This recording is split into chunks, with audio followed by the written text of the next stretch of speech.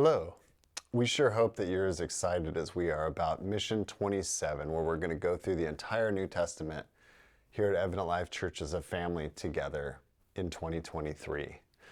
This past Sunday evening, I took a little over an hour, maybe hour and a half, and I just read through chapters 14 through 28 of Matthew. I did it all in one sitting, and I read it in a publication in a book that has the verses without any chapter or verse references or footnotes, and that was kind of cool to read it just kind of in a story format, just all the way through like that.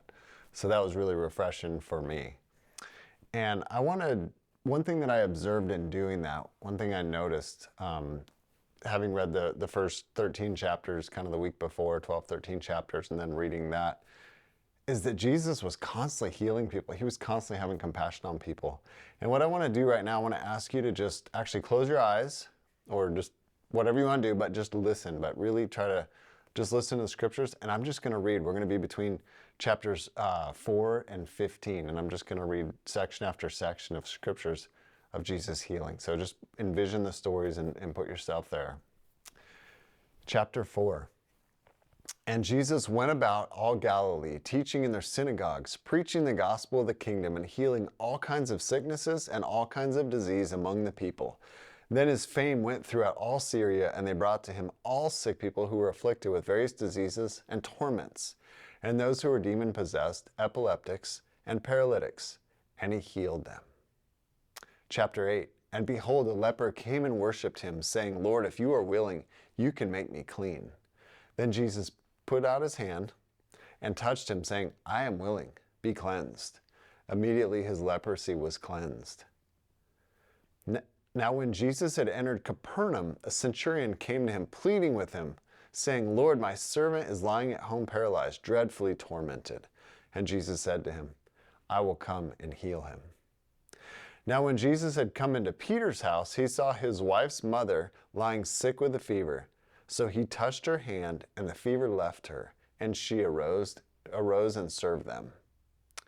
When evening had come, they brought to him many who were demon-possessed, and he cast out the spirits with a word and healed all who were sick, that it might be fulfilled which was spoken by Isaiah the prophet, saying, He himself took our infirmities and bore our sicknesses. In chapter 9, but that you may know that the Son of Man has power on earth to forgive sins. Then he said to the paralytic, Arise, take up your bed and go to your house. And he arose and departed to his house. Now when the multitude saw it, they marveled and glorified God, who had given such power to men. While he spoke these things to them, behold, a ruler came and worshipped him, saying, My daughter has just died, but come and lay your hands on her, and she will live. So Jesus arose and followed him, and so did his disciples. When Jesus came into the ruler's house and saw the flute players and the noisy crowd wailing, he said to them, Make room, for the girl is not dead, but sleeping. And they ridiculed him, but when the crowd was put outside, he went in and took her by the hand, and the girl arose. And the report of this went out into all that land. And suddenly a woman who had a flow of blood for 12 years came from behind and touched the hem of his garment. For she said to herself, If only I may touch his garment, I shall be made well. But Jesus turned around, and when he saw her, he said, Be of good cheer, daughter. Your faith has made you well. And the woman was made well from that hour. When Jesus departed from there, 2 blind men followed him, crying out and saying, Son of David, have mercy on us. And when he had come into the house, the blind men came to him. And Jesus said to them, Do you believe that I am able to do this? They said to him, Yes, Lord. Then he touched their eyes, saying, According to your faith, let it be to you. And their eyes were opened.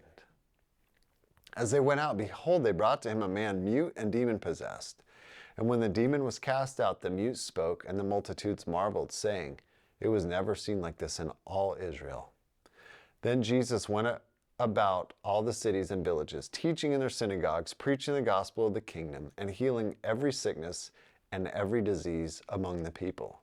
Then one was brought to him who was demon-possessed, blind and mute, and he healed him, so that the blind and mute both spoke and saw. Chapter 12. Then one was brought to him who was demon-possessed, blind and mute, and he healed him, so that the blind and mute man both spoke and saw. Chapter 14. When Jesus heard it, he departed from there by a boat to a deserted place by himself.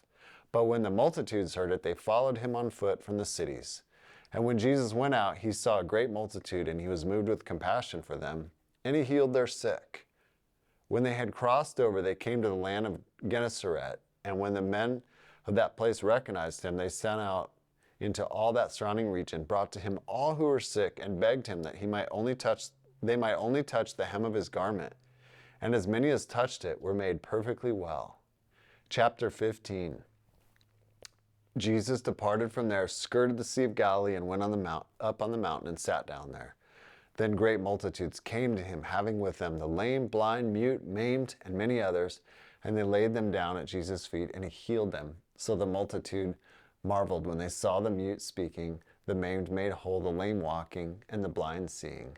And they glorified the God of Israel. And so I want to stop there. There's two more I'll let you read. So chapter 17, starting in verse 14, and chapter 20, starting in verse 30. I'll let you read those on your own. But that last sentence that I just read, it says, they saw the mute speaking, the maimed made whole, the lame walking, and the blind seeing, and they glorified the God of Israel. That was from chapter 15, around verse 31. And then also in chapter 9, this is verse 8. Now when the multitude saw it, they marveled and glorified God who had given power to such men. And I want to highlight those two things. Jesus did all this for a reason. It says he had compassion on the people. He cared for the people. Obviously, he loved the people, and he loves us enough that he came, suffered, and died for us. But as he did these miracles, what happened? It says that God was glorified. In chapter 9, it says God was glorified. In chapter 15, and they glorified the God of Israel. So these healings, even these healings, they bring glory to God. And so here we are today. Jesus is at the right hand of God, of the Father. And so what are we to do in this whole area of healing? Well, I believe that we are still called to pray for people to be healed. We are called to love on them in that way because it brings glory to God and it loves others. And in the way that it brings glory to God, it will cause people to come to the Lord when they see miraculous healings. That is one way that people come to Jesus. And it's just love and compassion for people. So I just want to encourage us. Let's be encouraged by just how much Jesus, he perfectly healed everybody. He perfectly raised the dead. Like he did it well. Even we read the one, actually it's in the one that you'll read, where the disciples couldn't heal this one boy. And Jesus says, it's your unbelief. And so we know the disciples were called to go out and heal. We're called to heal. So what does that look like day to day? How do you do that? How do you walk away from this YouTube video and do that? Well, when you get opportunity, pray for people. You don't have to force yourself on people or anything like that. You just have to love people where they're at. And certainly if somebody's sharing something that's going on with them, you could say, hey, can I just pray for you about that? And pray for them. You can put a hand on their shoulder and just pray and believe and just ask God that he would heal that person. And then when you go home, if they're not healed right then, as you go home, continue to pray for that person. You can follow up. It's a way that you show love to people. So I just want to encourage us. Let's not be afraid to do it. I can tell you myself, we've seen what we've prayed for people and just amazing things happen. God is still in the business of healing. So I pray that you're encouraged by just seeing all this together of just the sheer amount of healing that Jesus did. And we know that there was much more that wasn't recorded. All right. God bless you as you have a good day.